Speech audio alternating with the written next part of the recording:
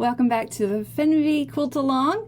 If you're just now joining this, or if you are popping in here after the event, we are making FERNWEH quilt. You can find this pattern at Meander and Make. You'll need it to participate in the Quilt Along. And we're on our very last post, so this is week 5 for FERNWEH Quilt Along, and we have sewn all of our blocks in our previous weeks.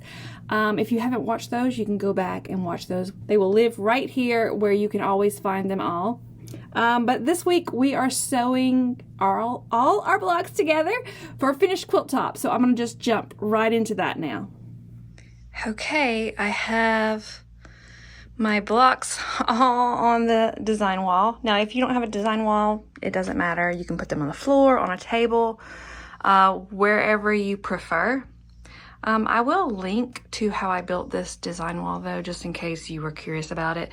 It's made of batting, cotton batting, so the blocks just kind of naturally stick to it. They're not held up here any other way, but they just kind of, you know, stick to it. But anyway, so take some time. Since mine were all low volumes, it was pretty easy for me to lay out and decide on what I want it to, where I want each block to be. But if you have a lot of colors going on, you may want to take a minute and just kind of, you know, make sure if you've got like 2 greens, like your greens are separated, or if you've got a dark, your darks are separated versus like your lighter colors. So just kind of take a minute and, well, actually I would take more than a minute. You know, I like to put these up one day and then a few days later sew them together, because if I'm constantly walking by here, I may notice something sticking out and want to change it. And leaving it up here for a few days is one of the, for me, it's the best way. It's the best way for that to happen, because I can just kind of keep looking at it and figure that I've got 2 fabrics together that I'm not crazy about, and then, you know, move them around. It's interesting how just rearranging your blocks can give your quilt a different look. Quick tips: if you have like one dark fabric and the rest of them aren't as dark, that might be a good thing to put in the middle versus, you know, putting it on one corner or something. If it's an eye grabber, the middle would be a good place for something like that. You want to take a few minutes to a few days, or however you want to do it, and let your blocks sit up here, get them arranged according to the pattern. I'm making that 72 by 96, so I've got my blocks laid out 3 by 4. But take a minute and get yourself sorted, and we'll move on. Okay, so once you have your blocks on the wall, you know, after you've taken time to arrange them in the, you know, the place that you want them to be. So now you're going to start sewing your rows together, and you can sit here and sew each row and then put it back on the wall if that's the way you want to do it. I'm just going to walk through this the way that I do it when on my own, so that you'll, you know, have that option to do as well. And I like to start on the bottom row and work my way to the top. And the reason I do that is because I feel like there's a less chance for me to get my rows out of order versus going from top to bottom, just because of the way we're always sewing the row on top of the next row, on top of the next row, just like that. So what I'm going to do is I'm going to grab the bottom row. All right, and I want to be careful, you know, not to twist and turn, kind of the same things that we've already kind of discussed in this quilt along, but grab my bottom row and I'm going to sew these 3 together. So on most quilts, I won't pin my blocks together, but this one has just, you know, I'm working on 12 blocks. You might be working on the 9 block quilt. It just doesn't have a lot of blocks, so I think it's probably you know, a good time to pin these blocks. They're really, really large, and they kind of need to be pinned in place. This isn't something that you have to do, but if you know, want your seams to line up, I would definitely recommend it. And what I'm doing is I'm just, most of these seams are pressed open. There's a couple that's not. These seams don't nest together very good, but just kind of pin them in place the best you can. I just think it's going to look better this way. So I'm just kind of meeting all these seams, getting them. If I can nest them, I nest them. If they're not nesting up, that's okay too. Just kind of do the best you can. Some of these are gonna nest and some aren't. Get them all pinned in place. And I'm gonna do that every time that I sew, you know, the blocks together. Again, you don't have to. Most of the time when I'm working on quilts, if the blocks are a lot smaller than this, I won't worry about it at all. But just these blocks are just really big, and also there's not that many, so I don't see any reason why, you know, I shouldn't pin them. So let's get them sewn together. We're going to use our 1/4 inch seam.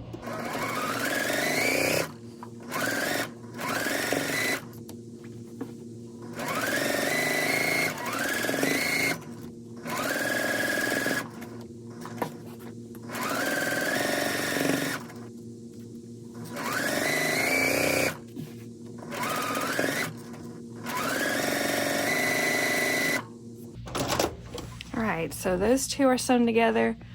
I'll open this up, and then I'm going to do the same thing for my other block. I'm going to get it pinned in place and sewn. And I'm going to go ahead and do this on my own, and then I'll meet you back over to press them. All right, so I'm all sewn together. And again, when you leave your sewing machine, you want to have the orientation of your row correct. So for me, that always means the end of the row is in my right hand and the beginning of the row is in my left hand. And if I always do it the same way, I don't have any situation where I've reversed, you know, this row. All right, so we're gonna press these blocks. I always turn my blocks this way, and we're gonna alternate their directions. So one row is gonna be pressed this way, one row is gonna be pressed this way. So the first row, it doesn't really matter which way you start pressing, but just for the sake of this video, I'm gonna press this way, which is, again, something I always do this way so that, you know, I never get lost because I do it the same way every time.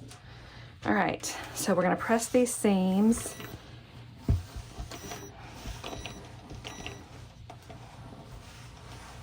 And then I will work my way down the length of my row.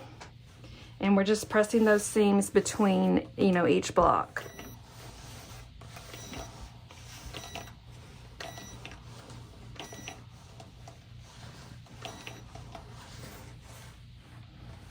All right, so just like that. And then again, I'm gonna have the beginning of my row in my left hand and the end of my row in my right hand, so that when I put it on my tabletop, you know, I've got the orientation of the row in its accurate place. So I always keep my rows over here as my quilt, you know, builds.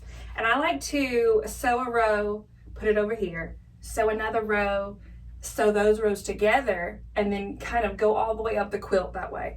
So that's what we're gonna do now. So I've got my bottom row here, and I'm gonna come over here, and I'm gonna grab my next row. And I'm gonna go and sew these together, and then I'll meet you back over here at the pressing mat. All right, so I got this row completed, and this time, like I mentioned, we're gonna press the seams in the opposite direction. So I went this way on the first row, or the last row. I'm gonna do it this way on this row. So put my seams, get them in the right direction, and grab the iron, and then do our pressing.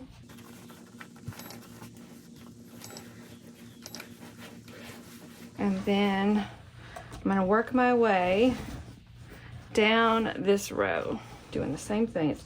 For me, there's only 2 seams, and if you're making that smaller quilt, there's only 2 seams, but if you're making the big one, there should be 3 seams, I think.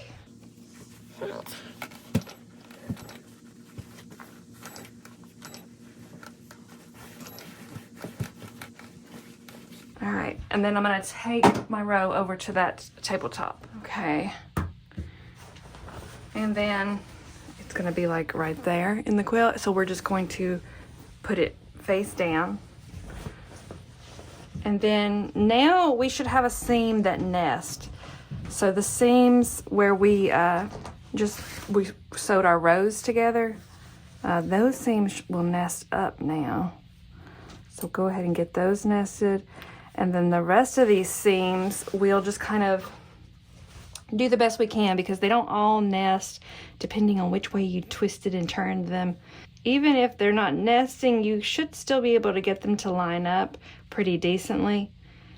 And that way we'll have our points lining up on the front of the quilt. So just kind of take a minute and get these all pinned together.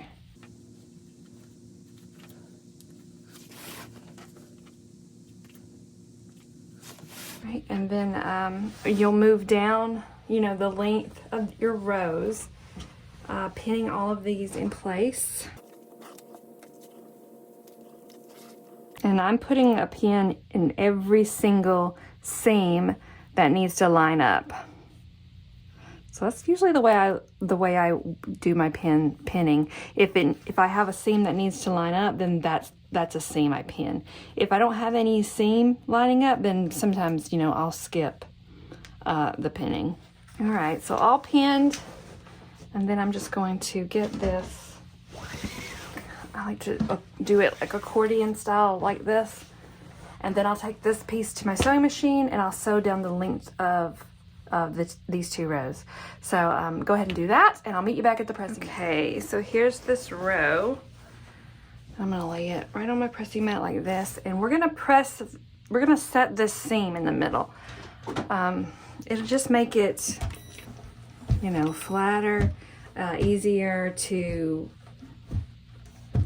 get it to go in the direction we want it to, and it will also you know, release any kind of tension issues if you are having any, or light issues, I should say. All right, do the rest of this, and I'm just setting that seam, you know, up and down the length of the rows. All right, and then once I have that done, I'll just open the rows up, just like this, and get the seam. I'm always pressing my row seams this way, so get that pressed in that direction. And this is kind of where you want to, you know, you don't want to be ironing, you want to be pressing, because you can actually misshape. If you've ever had a curvy edged quilt, that's one of the reasons that happens, is by ironing instead of pressing.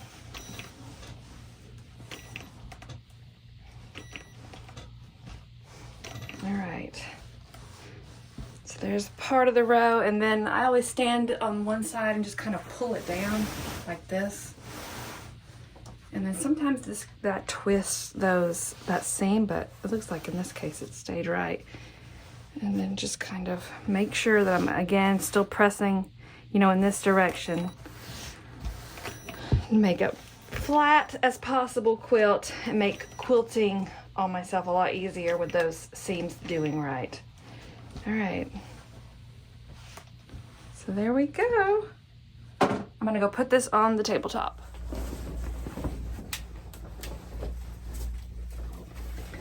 All right, put this back over here on my little table, and I'm gonna continue on that way. I'm gonna get this next row, I'm gonna get it sewn, I'll lay it right over here, and then I'll get the top row sewn, and then I'll do this whole step of sewing those two rows together. Once I have that sewn together, I'll sew these two halves of my quilt together. So that's how I sew rows together. I will see you when I have it all complete. Okay, so I've got this done. I know you can't see it. I'm gonna show you a different video in just a minute, but we're done. We're done. Okay, that is the end of the FERNWEH Quilt Along. We have worked really hard to get to this point, to have this finished quilt top. So if you haven't patted yourself on the back yet, go ahead and do so now, or happy dance, or whatever it is you do when you get a quilt top completed. This has been so much fun making this quilt with you. I really, really want to thank you for joining in. Hopefully you've learned something, or if not, if you've just showed up and enjoyed the quilting, the quiltiness, that's fine too. If you're not quite done, that's okay too. If you're still plugging along on those blocks, or you haven't quite got your quilt top together yet, that's all fine. You know, definitely do those things at your own pace. I would love it if you tagged me on Instagram or Facebook with a picture of your finished quilt top. I'd love to see it. Okay, so one last thing before I sign off. We've had 4 lovely long arm sponsors, and they have been so kind and generous to donate their time and their skills to a prize each week. And I would love it if you could give a quick shout out on social media or even a quick email just thanking them for their generosity. It makes it easier to get them to sponsor quilt-alongs like this when you take the time and, you know, appreciate them. Also, all 4 are still offering discounts for long arming services. So if you are intending to send your quilt to a long armor, maybe take advantage of some of these offers and discounts that they are giving us. So I'm going to put those on the screen now, but they are also in your email that was sent out this morning. So you can have a look at it there too if you'd rather see it that way. All right, so that is it. Thanks again for making this quilt with me. I've loved the connecting. I've loved seeing your work. It's been so much fun.